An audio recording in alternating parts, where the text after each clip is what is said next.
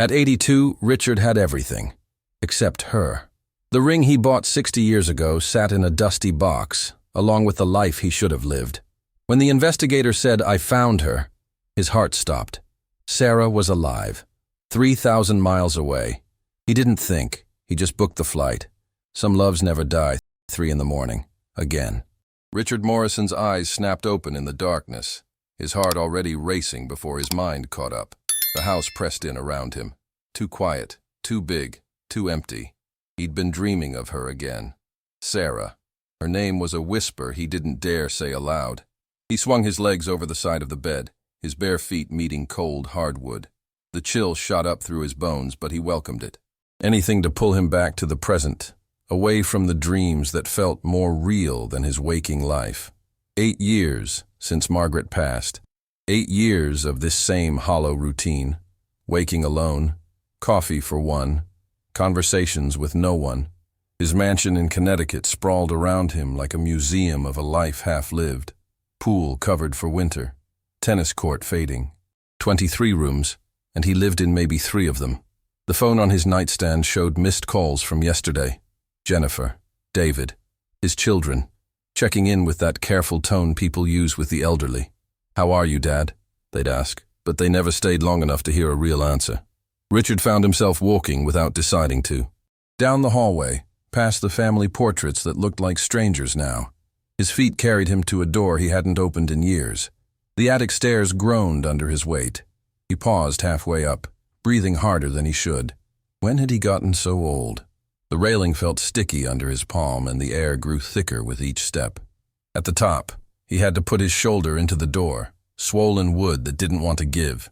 The smell hit him first. Dust and time and something sweeter underneath. Old memories trapped in cardboard. The single bulb flickered twice before staying lit, casting harsh shadows across stacked boxes. Margaret's handwriting on every label, neat and orderly. She'd cataloged their entire life together. Christmas decorations, baby clothes, tax papers, everything organized, everything in its place, everything except the truth. Richard's eyes found a box in the far corner with no label. His hands moved before his brain gave permission, pulling it toward him. The tape crumbled away at his touch, and the flaps fell open like they'd been waiting. Inside, wrapped in yellowed newspaper, lay pieces of a life he'd buried.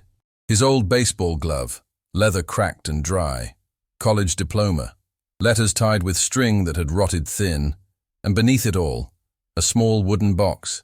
His breath caught. The box was walnut, the brass clasp green with age. His fingers fumbled at the catch. Once, twice. On the third try, it opened. The photograph stared up at him. Sarah. The world tilted sideways. Richard grabbed for the nearest surface, his vision blurring. In the picture she was laughing, head thrown back, eyes bright with joy, wearing that white dress with little flowers. Her dark hair caught the sunlight. She looked so alive, so present, so there. God. The word tore out of him. Oh God, Sarah. His legs gave out. He sat hard on the attic floor, still clutching the photograph. The tears came without warning, hot and fast, streaming down his weathered face into his collar. 60 years. 60 years since he'd let himself really look at her face. Beneath the photo, her letters. Dozens of them. He lifted one with shaking fingers, recognizing her handwriting, those careful loops she'd practiced. "My dearest Richard, it's been 3 weeks, and I miss you so much it hurts to breathe." He couldn't read more. His throat closed up completely, deeper in the box. A pressed flower, a daisy, brittle as bone, a movie ticket, a napkin from the diner where he'd first said, "I love you." Each item, a knife to the chest.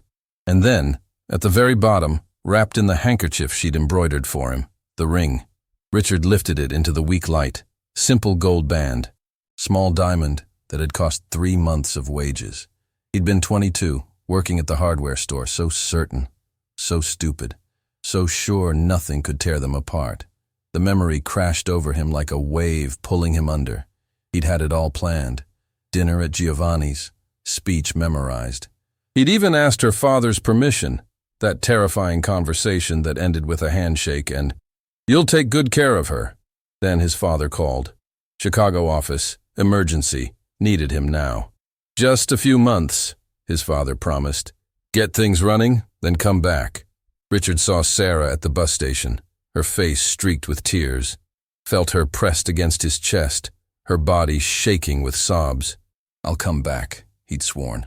I promise, Sarah. Wait for me. Forever if I have to, she'd whispered.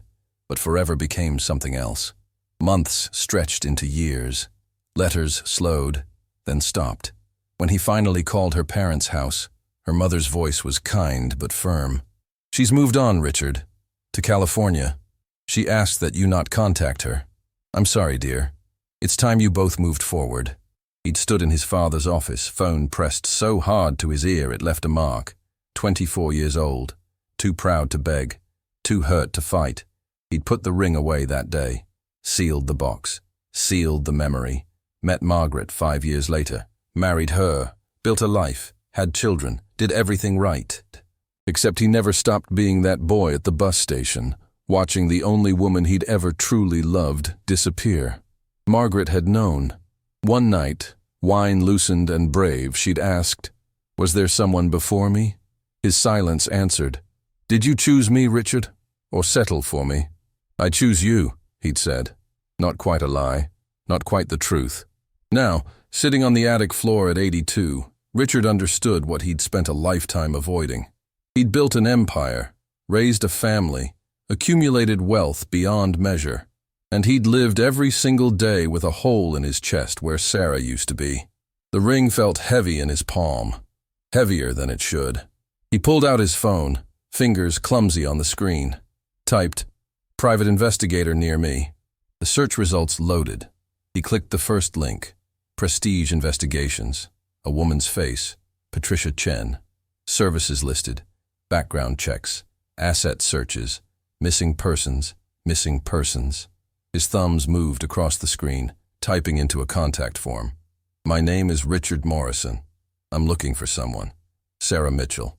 Last saw her 60 years ago. Don't know if she's alive or where she is, but I need to know. Please call me." He hit submit before courage could fail him. Dawn was breaking outside the small attic window. Richard placed Sarah's photograph against the lamp on his nightstand. The ring went into his pocket. Its weight felt right there, like it had been waiting 6 decades to come home. He made coffee, watching sunrise paint the kitchen gold. The house felt different, charged, like something was about to break open. When his phone rang 4 days later, he nearly dropped his cup. "Mr. Morrison? Patricia Chen. Prestige Investigations. I got your inquiry." Richard's mouth went dry. "Yes. Sarah Mitchell. Last seen 60 years ago. That's a long time, sir. People move, change names, pass away. I need to be honest. The chances of finding her. Please." His voice cracked. "I have to know. Even if she's gone. I need to know what happened to her." Patricia was quiet, keys clicking. "I'll need more information. Birth date, parents' names, anything you remember." They talked for 20 minutes. He dredged up details he thought he'd forgotten. Sarah's birthday, June 14th. Parents, Robert and Helen Mitchell. Sister Emma, Maple Avenue, though he couldn't remember the house number. "I'll start today," Patricia said. "But Mr. Morrison, this could take time, and I might not find anything." "I understand." 3 days crawled by. Each phone call made his heart jump. Telemarketers, his accountant, David wanting to discuss an investment, never Patricia. On the 4th day, his phone rang at 2:30. Prestige Investigations. "Mr. Morrison, are you sitting down?" His legs buckled. He grabbed for a chair. "Yes, I found her." The room spun. "Is she alive? Living in Riverside, California. Widowed 12 years now. 2 children, 4 grandchildren. Worked as an elementary school teacher until retirement." Richard's vision blurred with tears. Alive. She was alive. After all this time, she was breathing the same air. "Mr. Morrison, I'm here. Sorry. It's just..." He couldn't finish. "I'm emailing you everything. Address, phone number, background. But I have to ask, what will you do with this information?" What would he do? He'd hired her to find Sarah, but hadn't thought beyond that moment. A phone call? A letter? Show up after 60 years? I don't know, he admitted, but I had to find her. Be careful. 60 years changes people. She might not want to hear from you. I know. Thank you. God, thank you. After hanging up, Richard opened his laptop with shaking hands. There was the email. Sarah Mitchell Hayes. Hayes. She'd married someone else. Of course she had. A woman like Sarah wouldn't have stayed alone. He stared at her phone number. He could call right now. Hear her voice. Find out if she remembered him at all. But this felt too important for a phone call. If he was doing this, and suddenly he knew he was, he needed to do it right. Richard picked up his phone and dialed. Morrison Travel. How may I help you? I need to book a flight. His voice was steady despite his thundering heart. To Sacramento, California. As soon as possible. Richard stood in front of his bedroom mirror, his hands shaking so badly he couldn't button his shirt. 3 times he'd tried. 3 times his fingers had fumbled uselessly at the small discs. The blue Oxford. Sarah used to say it brought out his eyes, but that was 60 years ago, when his eyes weren't surrounded by wrinkles deep as riverbeds, when his hands didn't shake, when he wasn't this stranger staring back at him. He gripped the edge of the sink, breathing hard. His chest felt tight, like someone had wrapped steel bands around his ribs and was pulling them tighter with each breath. What was he doing? Flying across the country to see a woman who probably didn't want to see him, who'd built a life without him, who'd loved someone else, married someone else, buried someone else. The ring sat on the bathroom counter, catching the morning light. He picked it up, holding it between thumb and forefinger. So small, so much weight. His phone buzzed. Jennifer. Dad, it's 6 in the morning. Are you okay? Richard cleared his throat, trying to steady his voice. I'm fine, sweetheart. You don't sound fine. You sound strange. He closed his eyes. Tell her. Don't tell her. The words stuck in his throat like broken glass. Dad, what's going on? I'm taking a trip. Silence. Then carefully. A trip. Where? California. California? Dad, that's across the country. Why would you? I need to see someone. More silence. He could hear her breathing. Could imagine her face. That worried expression she got when she thought he was losing it. Who do you need to see in California? Someone from a long time ago. Before your mother. The words hung in the air between them like smoke. He heard her inhale sharply. Dad, I don't understand. Who? Her name was Sarah. We were together when I was young. Before Chicago. Before everything. And you're just flying out there? After how many years? 60. Jennifer's breath caught. 60 years. Dad, this is... You can't just... She stopped, and he heard her moving. Probably getting out of bed, her voice dropping. Does she even know you're coming? No. Oh my God. Dad, you can't do this. You can't just show up at some woman's house after 60 years. What if she doesn't want to see you? What if this destroys her whole life? Each word was a punch to his gut because they were all true. All fair. All terrifying. I have to, Jen. I can't explain it in a way that makes sense. But I've spent 60 years with this hole inside me, and I need to know. I need to see her, even if it's just once. Even if she slams the door in my face. He heard his daughter crying. Soft, muffled sounds she was trying to hide. Jen, I'm not crying because I think you're crazy. Her voice was thick. I'm crying because I haven't heard you sound alive in 8 years. Not since Mom died. You've been a ghost in that house, Dad. And now suddenly, you sound like you again. Richard's own eyes burned. I'm sorry. I didn't mean to worry you. Just promise me you'll call when you get there. And Dad, whatever happens, come home safe, okay? I promise, baby girl. After they hung up, Richard finished dressing with hands that still trembled but felt steadier somehow. He'd told someone.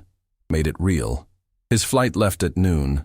The car service arrived at 9, a black town car driven by a young man who took one look at Richard's face and stayed mercifully quiet. At the airport, everything felt surreal. People rushing past, announcements echoing, the smell of coffee and jet fuel. Richard moved through it like he was underwater, his carry-on feeling impossibly heavy, despite containing only clothes and the wooden box. Security took forever. Shoes off, belt off, everything in bins. The TSA agent, a woman about his age with kind eyes, looked at his boarding pass. Sacramento. Visiting family? Something like that. She smiled and waved him through. At the gate, Richard sat watching planes take off and land. His phone buzzed. David this time. Jennifer called me. Are you really doing this? I am. Dad, this is insane. You're 82 years old. You can't just… I know how old I am, David. His son sighed. That frustrated sound Richard knew so well. What do you expect to happen? That you'll show up and she'll fall into your arms? That 60 years will just disappear? I don't expect anything. I just need to see her. And what about Mom? You were married to her for 50 years. Doesn't that mean anything? The question hit like a slap. Richard's hand tightened on the phone. Your mother was a wonderful woman. I loved her. But David, she knew. She always knew there was a part of me that belonged to someone else. That's not fair to her memory. No, it's not. Nothing about this is fair. But I'm done living with regret. I'm done wondering what if. David was quiet for a long moment. Just be careful, okay? I don't want you getting hurt. I'm already hurt. Have been for 60 years. After boarding, Richard found his seat by the window. A middle-aged woman sat next to him, immediately pulling out a book. He was grateful. No small talk, no questions. The plane lifted off, and Connecticut fell away beneath him. Fields and forests, highways like veins, houses like scattered seeds. Somewhere down there was the life he'd built, the empire, the empty mansion, all of it growing smaller by the second. He pulled out the photograph of Sarah, careful to angle it away from his seatmate. Her face, frozen in that moment of pure joy. Who was she now? What had life done to that joy? The flight was 5 hours. 5 hours to second-guess everything. To imagine 1,000 scenarios, each one worse than the last. She'd be furious. She wouldn't remember him. She'd laugh in his face. She'd call the police. Or worse, she'd look at him with pity. Poor old man, clinging to ancient history. Richard closed his eyes, but sleep wouldn't come. His mind spun like a broken carousel, round and round the same fears. When the captain announced their descent into Sacramento, Richard's heart began hammering against his ribs. This was it. No turning back now. The rental car waiting for him was a silver sedan, anonymous and practical. The young man behind the counter smiled too broadly. First time in California? No, been here before, long time ago. The drive from Sacramento to Riverside took just over an hour. Richard followed the GPS's calm female voice, grateful for the simple commands. Turn left, continue straight. Your destination is ahead. The landscape changed as he drove. Cities gave way to smaller towns, strip malls to farmland, everything washed in that particular golden light that California seemed to own. He remembered this light, had dreamed of it. Riverside appeared almost without warning, a small town that time hadn't quite forgotten, but hadn't quite remembered either. Main Street with its brick buildings, a diner with a blinking sign. The kind of place where everyone knew everyone. The kind of place where an 82-year-old stranger showing up would be noticed. Richard pulled into a motel on the edge of town, the Riverside Inn. Its sign promised clean rooms and color TV, like it was still a selling point.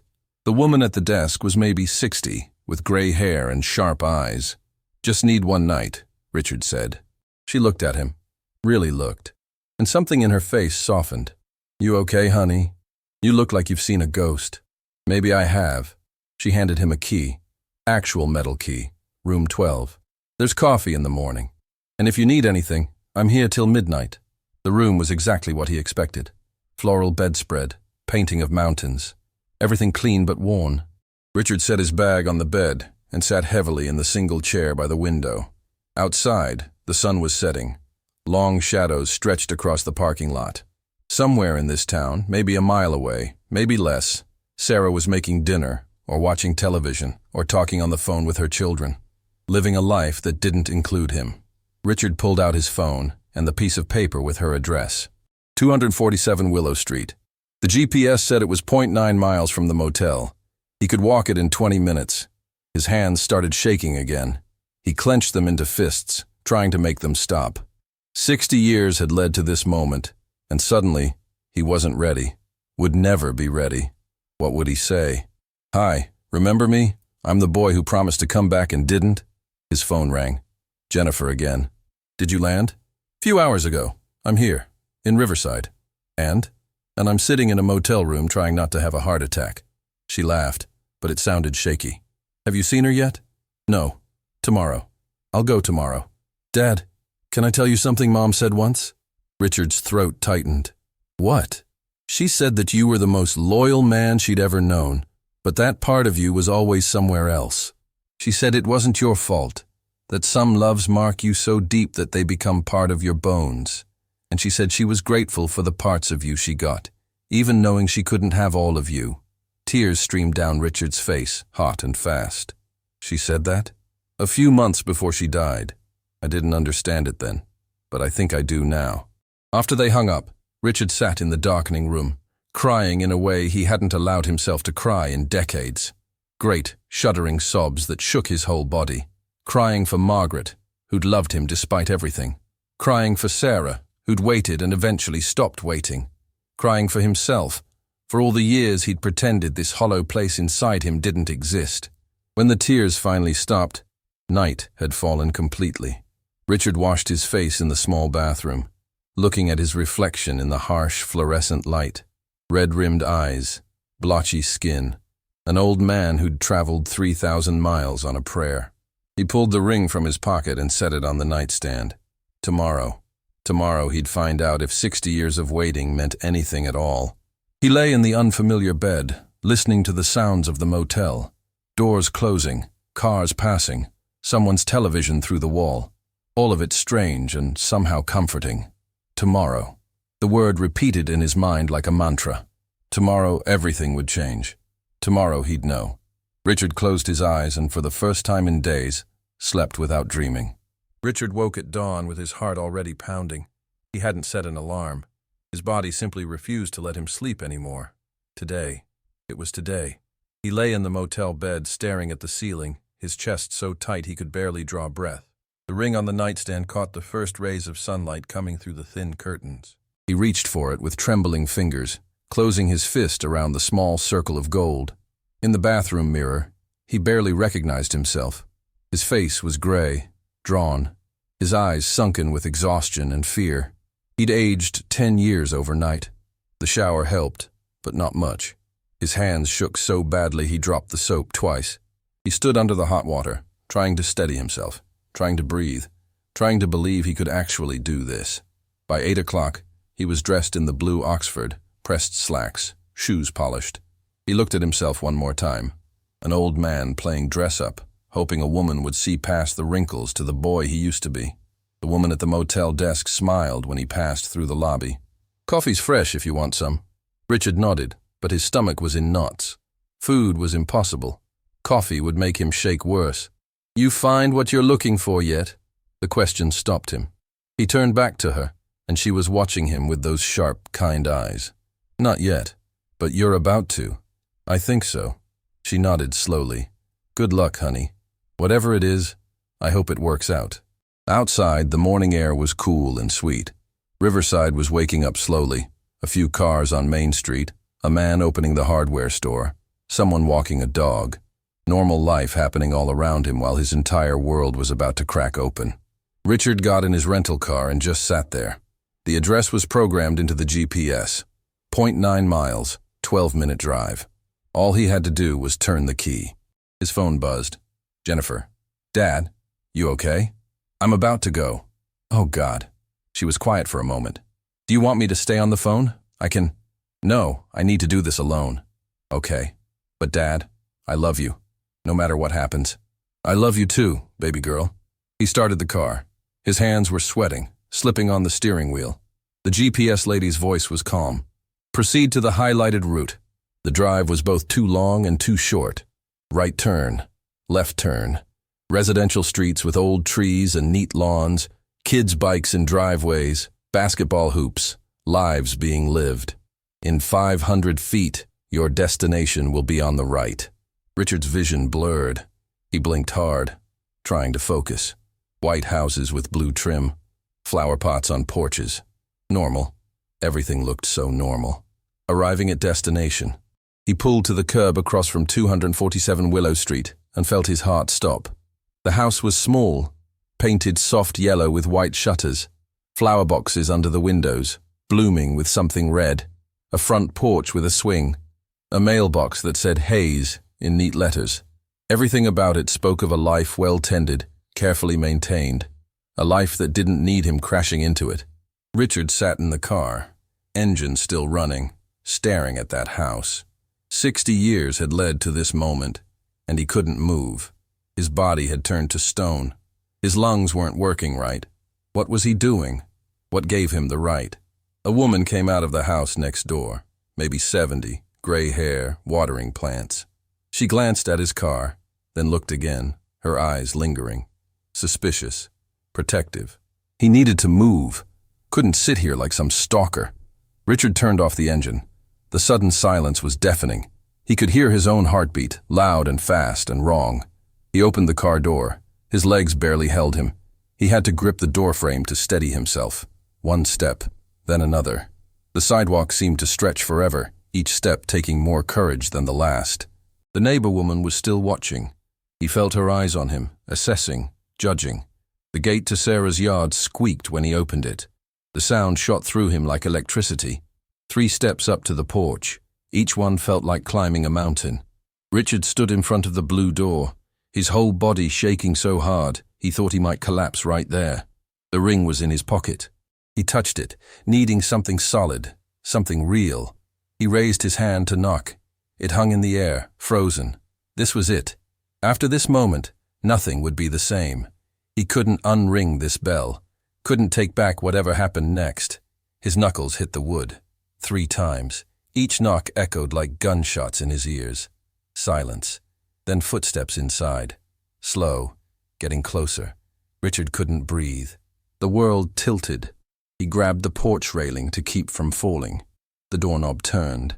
The door opened. And there she was. An older woman stood in the doorway, squinting slightly in the morning light. She wore reading glasses on a chain, a cardigan over a simple dress, her gray hair pulled back in a loose bun. Flour dusted one sleeve. She'd been baking. She looked at him, polite confusion on her face. "Yes? Can I help you?" Richard opened his mouth. No sound came out. His throat had closed completely. He just stood there staring, his vision swimming with tears he was fighting to hold back. This was Sarah, 60 years older, but Sarah. He could see it in her eyes, those same eyes that had looked at him with such love, such trust, such hope. "Are you all right?" She stepped closer, concerned now. "Do you need to sit down?" He tried again. Managed one word, broken and raw. "Sarah." She froze, went completely still like someone had pressed pause on her. Her hand, which had been reaching toward him, stopped mid-air. "How?" Her voice was barely audible. "How do you know my name?" Richard's hands were shaking so badly he could barely pull the photograph from his pocket. He held it out to her, unable to speak, unable to do anything but stand there and shake. Sarah took the picture, looked at it, and the color drained from her face. "No," the word was a whisper. "No, that's not possible." The photograph slipped from her fingers, floating down to land on the porch floor. Her hands flew to her mouth, and a sound came out of her, a broken, wounded sound that went straight through him. "It's me," Richard managed, his voice cracking. "Sarah, it's me." "Richard." She staggered backward, catching herself on the doorframe. Her eyes were huge behind her glasses, filling with tears. "Richard." She said his name like she was testing it, like she didn't trust her own voice. "Richard Morrison." "Yes. But you can't be." She was shaking her head, tears streaming down her face now. "You can't be here. This isn't. You're not real." "I'm real. I'm here." He took a step forward and she flinched, not from fear, but from shock so profound it was almost physical. "After all this time? After—" She couldn't finish. Her whole body was trembling. She pulled off her glasses with shaking hands, wiping at her eyes, putting them back on, like she needed to make sure he was really there. Without the glasses between them, Richard saw it, recognition flooding her face. She really saw him now, and whatever she saw made her legs give out. She grabbed the doorframe with both hands. "Oh my God. Oh my God. It really is you. I'm sorry." The words tore out of him. "Sarah, I'm so sorry. I know I have no right to be here. I know this is crazy. But I found your picture and I couldn't. He couldn't finish. The tears came, hot and fast, and there was no stopping them. Sarah was crying too, her face crumpling, one hand pressed to her chest like she was trying to hold her heart in. You left, she said, and the pain in those 2 words was 60 years deep. You promised you'd come back and you left. I tried. God, Sarah, I tried. I came looking for you, but you'd moved. Your mother said you didn't want to hear from me. I thought you'd forgotten me. Forgotten you? Her laugh was harsh, broken. I waited 5 years, Richard. 5 years, turning down every man who asked me out, telling everyone you were coming back. Everyone thought I was crazy. Each word was a knife. I didn't know. I swear I didn't know. And now you show up?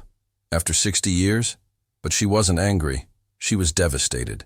Tears poured down her face, and she didn't even try to wipe them away. Why now? Why after all this time? Richard pulled the ring from his pocket with trembling hands, held it up between them. The small diamond caught the light. Sarah's breath caught. She stared at the ring, then at him, then back at the ring. You kept it? Every day for 60 years. I couldn't let it go. Couldn't let you go, even though I knew I should. She pressed both hands to her face, sobbing now. Deep, wrenching sobs that shook her whole frame. I waited, she gasped between sobs. I waited so long. I know, and I'm so sorry. The neighbor woman had come to her own porch, watching. Richard barely noticed. Sarah was all he could see. This woman who'd loved him, who'd waited, who'd built a life without him because he'd been too proud, too stupid, too late. Sarah, his voice broke on her name. I know I don't deserve it. I know I gave up that right decades ago, but I had to see you. I had to tell you that not one single day passed that I didn't think about you. Not one. She lowered her hands slowly. Her face was blotchy, tears still streaming, but something had shifted in her eyes. You thought about me? Every day, every night. I married someone else, had children, built a whole life, but there was always this hole where you used to be, and it never closed, never healed.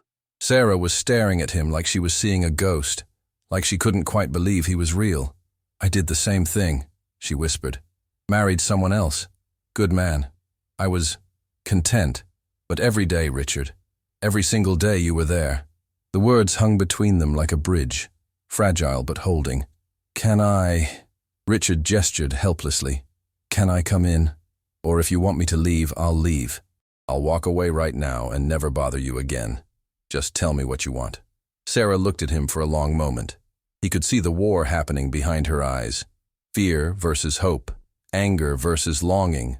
Past versus impossible present. Finally, she stepped back from the door. Come in. The inside of Sarah's house smelled like cinnamon and coffee, and life being lived. Photos lined the hallway. Children at various ages, graduations, weddings, grandchildren. A whole world Richard had never been part of. Sarah walked ahead of him, her steps slow and careful, like she was moving through deep water. She gestured toward the living room without looking at him. Sit, please. Richard lowered himself onto a floral couch, his legs barely holding. The room was warm, lived in. A knitting basket by the armchair, reading glasses on the side table, a half-finished crossword puzzle, evidence of solitary evenings, just like his own. Sarah disappeared into the kitchen. He heard water running, dishes clinking, her movements deliberate and measured, giving herself time. He understood. His own hands were still shaking so badly he had to grip his knees to steady them. She returned carrying 2 mugs, steam rising. Her hands trembled as she set them on the coffee table, and coffee sloshed over the rim of one. She stared at the spill like she didn't know what to do about it. I'm sorry. I can't. My hands won't. Her voice broke. It's okay. Mine too. Richard held up his own shaking hands. She sat in the armchair across from him, as far as the small room allowed, creating distance, protecting herself. Her face was still blotchy from crying, mascara smudged under her eyes. She'd aged, of course she had, but he could still see the girl from the photograph in the curve of her cheek, the shape of her mouth. I don't understand. Sarah's voice was barely above a whisper. How did you find me? After all these years, how did you even know where to look? Private investigator. I found your picture in my attic a few weeks ago, and I I couldn't breathe, couldn't think. I had to know if you were still out there. A few weeks ago. She looked up sharply. You've known where I was for weeks and you're just now showing up. I had to work up the courage. Had to figure out what to say, though I still don't know what to say. Sorry doesn't begin to cover it. Sarah wrapped her arms around herself, rocking slightly. Tell me what happened. After you left, tell me why you never came back. The question he'd been dreading. Richard took a shaky breath. My father had a heart attack 3 months after I got to Chicago. Massive one. The doctor said he'd never work again. So suddenly I wasn't helping temporarily. I was running everything. The whole company fell on me. You could have called. Could have written more. I did write. Every week at first. Then every month. But your letters stopped coming. Because they stopped arriving. Her voice rose, decades of pain spilling out. I wrote you every single day for 2 years, Richard. Every day. And then my mother told me the post office said your address was wrong. That letters were being returned. By the time we figured out you'd moved offices, I'd already... She stopped, covering her face with her hands. Already what? Given up. Convinced myself you'd forgotten about me. That Chicago had better, prettier, more sophisticated girls, and I was just the small-town nobody you'd left behind. Richard felt like someone had driven a spike through his chest. Never. Sarah, I never forgot you for a single day. Then why didn't you come back? You said a few months. It became years. I waited, Richard. I waited so long everyone thought I was crazy. I did come back. The words burst out of him. 4 years after I left. I'd saved enough money. I drove straight to your house. But your mother said you'd moved to California. That you'd asked me not to contact you. That I should move on. Sarah's head snapped up, her eyes wide. What? No, that's not... I never said that. I never told her to tell you that. She said you wanted a fresh start. That you'd met someone. I had met someone. But not. Richard, I didn't move to California to get away from you. My mother got sick. Cancer. We moved to be near her sister to help take care of her. I left my phone number, my new address. I begged my mother to make sure you knew where I was. The room tilted. Richard gripped the edge of the couch, his vision darkening at the edges. She never told you I came back? No. Sarah's voice was hollow. She died 6 months after we moved. I thought you'd simply forgotten about me. They stared at each other across the small room, the full weight of what had been lost settling over them like ash. 60 years. 60 years stolen by crossed wires and well-meaning lies and terrible timing. Oh, God. Richard doubled over, a sob tearing out of him. We could have. If I'd just pushed harder. If I'd gotten there sooner. Don't. Sarah was crying again, too, tears streaming silently down her face. Don't torture yourself with what-ifs. I've lived in that hell for 60 years. It doesn't change anything. She pulled tissues from a box, handed him some, took some for herself. They sat there crying together, grieving for the life they should have had. The decades stolen by circumstance and miscommunication, and 2 families who thought they were doing the right thing. When the tears finally slowed, Sarah's voice was raw. Tell me about your life, your wife, your children. I need to know you were happy. Her name was Margaret. She died 8 years ago. Cancer, like your mother. We had 2 kids, David and Jennifer. They're grown now, have their own families. Richard twisted his wedding ring, still wore it, even now. She was a good woman, kind, patient. She gave me a good life. But? The question hung in the air. Richard met Sarah's eyes. But she wasn't you. And she knew it. She never said it directly, but she knew. There was always this part of me that was elsewhere. With you. At that bus station. Watching you disappear. Sarah's face crumpled. I did the same thing. Married a man named Thomas. He was a teacher like me. Gentle. Steady. Gave me 2 beautiful children. Michael and Emma. We had 38 years together before he died. Were you happy? She was quiet for a long time, staring at her hands. I was content. It's not the same as happy. But it was enough. He was good to me, loved me in his way. But Richard, there was always this empty space, this missing piece. I'd be sitting at dinner with my family, surrounded by love, and I'd feel like I was watching my own life from outside it. Yes, the word was a broken whisper. That's exactly it. They fell into silence, the weight of shared understanding settling between them. Outside, a car passed. Someone was mowing their lawn. normal life continuing while their world reshaped itself. "Do your children know you're here?" Sarah asked suddenly. "Jennifer and David know I came to California. They don't know exactly why. Or they do but don't want to believe it." Richard's phone buzzed in his pocket. He ignored it. "What about yours?" "They don't know anything. How could I tell them? Oh, by the way, my first love just showed up after 60 years. They'd think I'd lost my mind." As if on cue, the phone in Sarah's kitchen rang. They both jumped. She didn't move to answer it. It rang 4 times, then stopped. The answering machine clicked on. A woman's voice concerned. "Mom, it's Emma. Just checking on you. Call me back, okay? Love you." Sarah's face went pale. "That's my daughter. She calls every morning. If I don't call back in an hour, she'll drive over. She lives 10 minutes away." The reality crashed down. This wasn't just about them anymore. There were families involved. Children who'd be confused, hurt, angry. Spouses who'd been good enough but not quite enough. And that knowledge would wound their memories. "Maybe I should go." Richard started to stand, his heart breaking all over again. "This is too much. Too complicated." "Wait." Sarah's hand shot out, stopping just short of touching him. "Please, just give me a minute to think." She stood, paced to the window, wrapped her arms around herself. Richard watched her, memorizing the way she moved, the set of her shoulders, the gray in her hair, catching the light. If this was all he got, this one afternoon, he needed to remember every detail. "I spent 60 years wondering," Sarah said without turning around, "wondering if you ever thought about me, if I was just a forgotten girl from your past, or if I meant something. And now you're here, telling me you thought about me every day, and I don't know what to do with that. You don't have to do anything. I didn't come here expecting anything. I just needed you to know that you weren't forgotten, that you mattered, that you've always mattered." She turned, and her face was anguished. "But what now, Richard? We're 80 years old. We've lived entire lives. We have children, grandchildren, responsibilities. We can't just, what?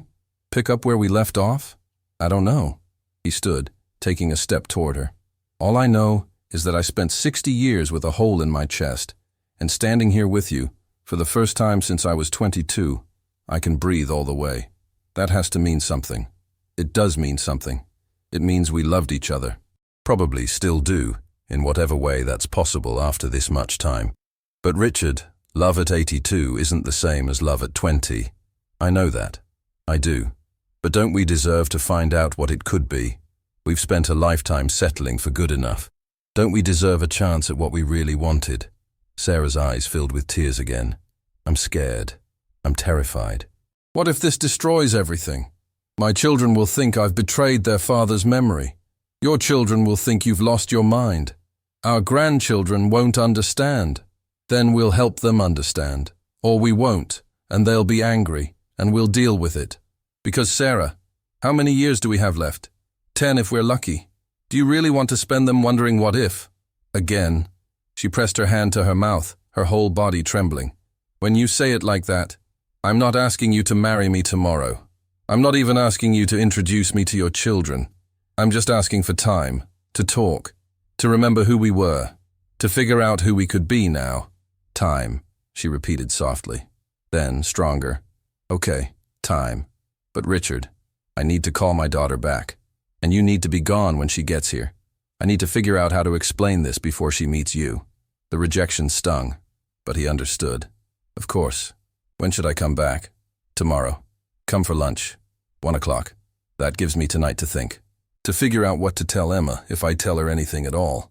Richard nodded, pulling a business card from his wallet with shaking hands. "My cell number. If you change your mind, if you want me to leave Riverside and never come back, just call. I'll go. No questions." Sarah took the card, her fingers brushing his. The touch lasted only a second, but sent electricity through both of them. She pulled back like she'd been burned. 1 o'clock tomorrow, she said again, walking him to the door. "And Richard, don't expect too much. We're strangers now who used to know each other. That's all this can be." But her eyes said something different. Her eyes said everything. Richard walked back to his car in a daze. The neighbor woman was still outside, pretending to garden, but clearly watching. He didn't care. Let her watch. Let the whole town watch. Inside his rental car, he sat with his hands on the steering wheel, his heart hammering. He'd done it. He'd seen her, talked to her, and she'd said tomorrow. His phone showed 6 missed calls from Jennifer. He called her back. "Dad, oh my God, I've been worried sick." "I'm okay. More than okay. Jen, I saw her." Silence. Then carefully. And she's everything I remembered. Everything I forgot. Everything I've been missing. So what happens now? I don't know. But I'm seeing her again tomorrow. After they hung up, Richard drove back to the motel in a haze. The world looked different. Sharper. More vivid. The sky was bluer. The air tasted sweeter. For the first time in 60 years, Richard Morrison felt alive. Richard didn't sleep that night. How could he? Tomorrow at 1 o'clock, he'd sit across from Sarah again. Touch the same air she breathed. Maybe, if he was lucky, hear her laugh. By dawn, he'd paced the motel room so many times he'd worn a path in the thin carpet. His phone rang at 7. Jennifer. "Dad, you sound terrible. Did you sleep at all?" "Not really. Tell me what happened yesterday. All of it." So he did. Told her about the flower on Sarah's sleeve, the photos of a life he'd never been part of, the devastating revelation that her mother had lied. Jennifer listened without interrupting, and when he finished, she was crying. "That's the saddest thing I've ever heard. Or the most beautiful. I haven't decided yet. What are you going to do?" "See her again today. And then, I don't know. Play it by ear, I guess." "Dad, I need to tell you something Mom said, right before she died." Richard's chest tightened. "What?" "She told me that loving you was the best decision she ever made, even knowing she'd never have all of you. She said some souls are marked before we ever meet them, and yours was marked by someone else. But she chose to love you anyway, and she never regretted it." The words hit him like a physical blow. He sat heavily on the bed, phone pressed to his ear, tears streaming. "She said that? She wanted you to know that if you ever found what you'd been looking for, you should take it. That life's too short for half measures and what-ifs." After hanging up, Richard sat in the silent room, Margaret's blessing washing over him like absolution. She'd known. She'd understood. And she'd given him permission to chase what he'd never stopped wanting. The hours crawled. Richard showered, shaved, changed shirts 3 times. The ring sat on the dresser, catching light. He picked it up, studying the small diamond. In his mind, he could still see 22-year-old Sarah, laughing at the county fair, so sure they had forever. Maybe they still did. Maybe forever was just shorter than they'd thought. At 12:30, he drove to Willow Street, parked in the same spot. The neighbor woman was outside again. She glanced at him, then looked away quickly, pretending she hadn't been watching for him. Sarah opened the door before he could knock. She changed into a blue dress, the exact shade of cornflowers. Her hair was down, soft around her face. She looked terrified and hopeful in equal measure. "You came." "Of course I came." She stepped aside, and he noticed her hands were shaking. "I made lunch, chicken salad. I didn't know what you liked anymore, so I just—" "Sarah." He caught her hand gently. "I'm not here for the food." Her breath hitched. They stood in the hallway, inches apart, both trembling. 60 years collapsed into nothing. He could smell her perfume, something floral and light, could see the pulse jumping in her throat. "I'm scared," she whispered. "Me too." They ate lunch at her small kitchen table, barely touching the food. Sarah told him about her teaching years, about the students who still sent her cards. He told her about building his company, about the deals that meant nothing compared to this moment. The conversation was stilted at first, awkward, 2 strangers finding their rhythm. But then Sarah laughed, really laughed, at something he said about a disastrous business trip, and the sound unlocked something in both of them. The words came easier. The silences felt comfortable instead of heavy. "Do you remember the fair?" Sarah asked suddenly. "That awful ring toss game? You won on your first try. I spent $20 trying to impress you, and won nothing. You were so frustrated." Her eyes crinkled with the memory. "Your face got all red. I was trying to win you that giant teddy bear. I didn't want the bear. I just wanted you." The words hung between them, past tense becoming present tense, then and now bleeding together. Richard's phone buzzed. He glanced at it. David calling. He ignored it. It buzzed again immediately. Then Sarah's phone rang in the other room. They looked at each other. "Maybe we should—" Sarah started. "Yeah." Sarah answered her phone. Richard heard her voice from the kitchen.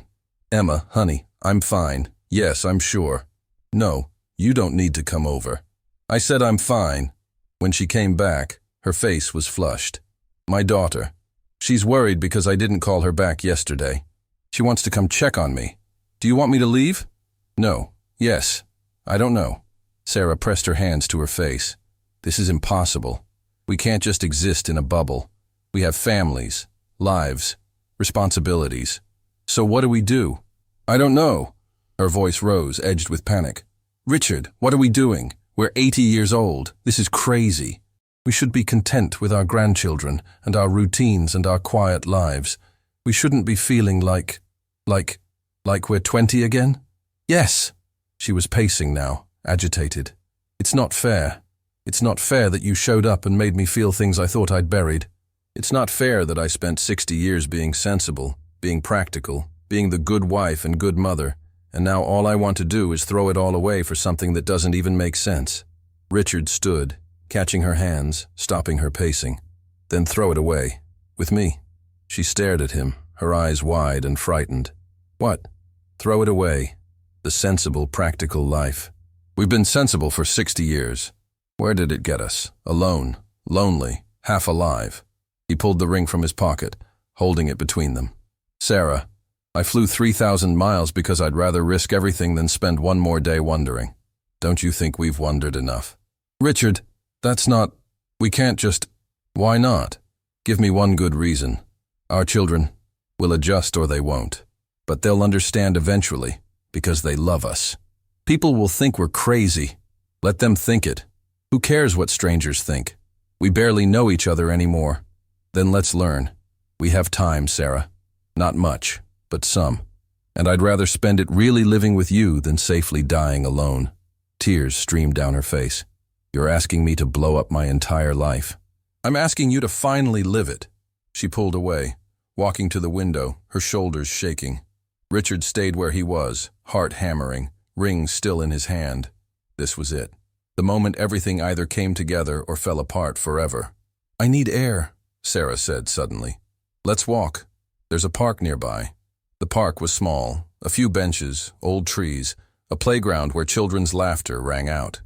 Sarah led him to a bench by a duck pond. They sat, not touching, watching water ripple. "Thomas proposed to me here," Sarah said quietly. "I said yes because I was tired of waiting for someone who was never coming back. He was kind, patient. He deserved better than a wife whose heart was somewhere else." "He knew?" "Not at first, but eventually, yes. He asked me once if I'd ever really loved him. I lied and said I did. But the truth was, I loved him the way you love a warm blanket. Comfortable, safe, necessary. Not the way I loved you, which was like needing air." Richard closed his eyes, the pain and beauty of her words cutting through him. "I'm not sorry I married him," Sarah continued. "He gave me beautiful children and a good life. But Richard, I was never fully present. Part of me was always at that bus station watching you leave. And that's not fair to anyone. Not to him, not to my children, not to me." "What are you saying?" She turned to face him, and her expression was fierce, determined. "I'm saying I'm tired. Tired of being half alive. Tired of safe and sensible. Tired of wondering what if." She took a shaky breath. "I'm saying yes. Yes to what? To whatever this is. To taking a chance. To choosing what I want for once instead of what everyone else needs." Richard's vision blurred with tears. "You mean it?" "I'm terrified. But yes." He wanted to pull her into his arms right there. But something stopped him. This needed to be done right. Done publicly. A declaration, not a secret. He stood, his knees protesting, and before Sarah could react, he lowered himself onto one knee on the park path. "Richard, what are you— 60 years ago, I bought this ring to ask you a question. Life got in the way before I could. So I'm asking now." He held up the ring, his hand shaking. "Sarah Mitchell Hayes, will you marry me?" Sarah's hands flew to her mouth. "Here? Now? Richard? People are—" He glanced around. She was right. People were staring. A young mother pushing a stroller had stopped mid-step. Two teenagers on a nearby bench had paused their conversation. An older man walking his dog stood frozen, watching. "Let them watch," Richard said, loud enough for everyone to hear. "I don't care who sees. I love you. I've loved you for 60 years. And I'm not wasting another day." Sarah was crying, shaking her head but smiling. "You're crazy. This is crazy." "Probably. Is that a yes?" She looked at the growing audience, then back at him. "Richard, I'm 80 years old. My knees hurt. I forget things. Is it a yes?" More people had stopped now. Richard could hear murmurs, see phones coming out. His knee was screaming, but he didn't move. A woman's voice from behind them. "Say yes, honey. Life's too short." Another voice, male and gruff. "I wish I'd had his courage." Sarah laughed through her tears, looking around at all the faces watching them. Everyone's staring. "I know. It's perfect." She looked down at him, this 82-year-old man kneeling on a park path, offering her a 60-year-old ring and a chance at the life they should have had. And something in her face shifted, fear giving way to fierce joy. "Yes." The word came out strong and clear. "Yes, Richard Morrison, I'll marry you." The park erupted. People applauded. The young mother wiped her eyes. The teenagers cheered. The man with the dog whistled. Richard stood. Someone rushed to help him up and slipped the ring on Sarah's finger with trembling hands. It fit perfectly, like it had been waiting 60 years to come home.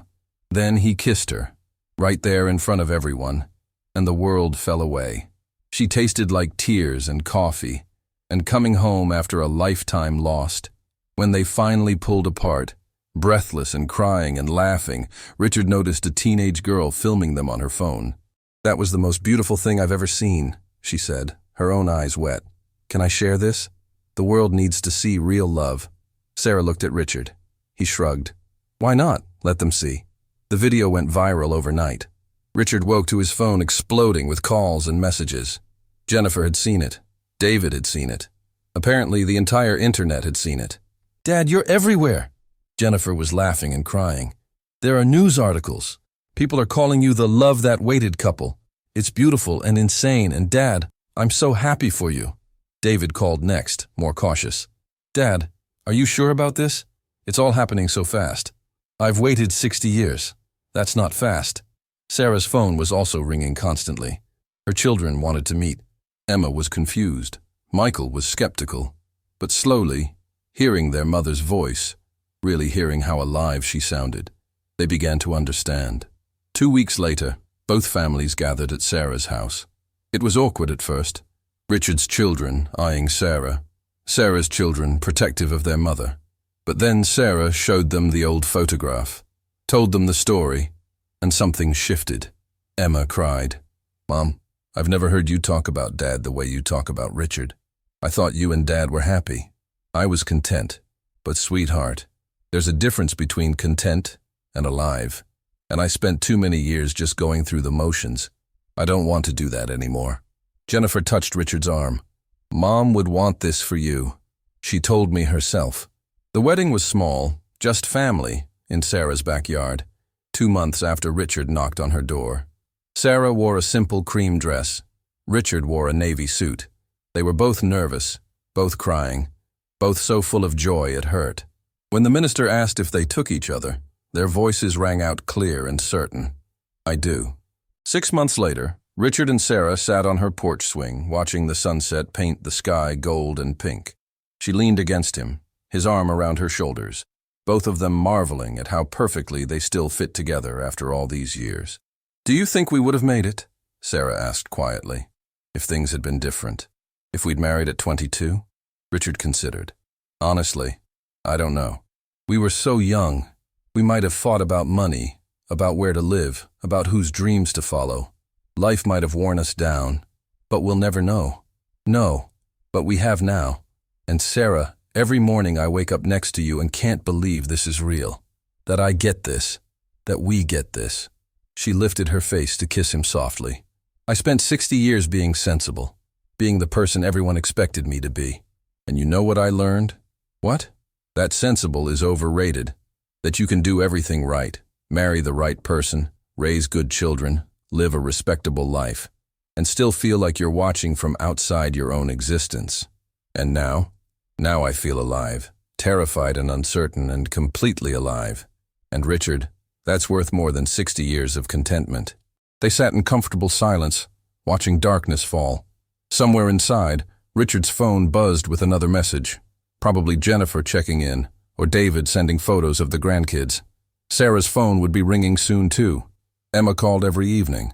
Their lives were still complicated, still messy. Both of them forgot things, had aches and pains, moved slower than they used to.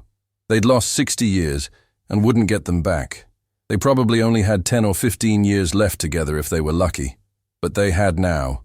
They had this moment, this porch swing, this sunset. They had the choice to finally live without regret. Richard? Thank you for being crazy enough to cross the country for me. Thank you for being brave enough to say yes. As stars began appearing in the darkening sky, Richard understood something profound. Life wasn't about the years you lived, but about the moments you were truly alive in them. He'd spent 82 years building wealth and success and a respectable life. But he'd only really started living the day he found that ring in his attic and decided to risk everything. Because in the end, the biggest risk wasn't taking a chance on love.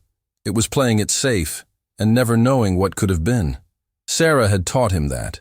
This woman who'd spent 60 years being sensible and practical and good, who'd finally decided that sometimes the most sensible thing you can do is something completely crazy. They'd lost 60 years, but they'd found each other. And in the time they had left, they'd make every moment count. Not because they were trying to make up for lost time. That was impossible. But because they'd learned the hardest lesson of all, that it's never too late to choose happiness over comfort. Never too late to choose truth over convenience. Never too late to stop living the life everyone expects and start living the life you actually want. And that the bravest thing you can do at any age is to finally be honest about what your heart has always known.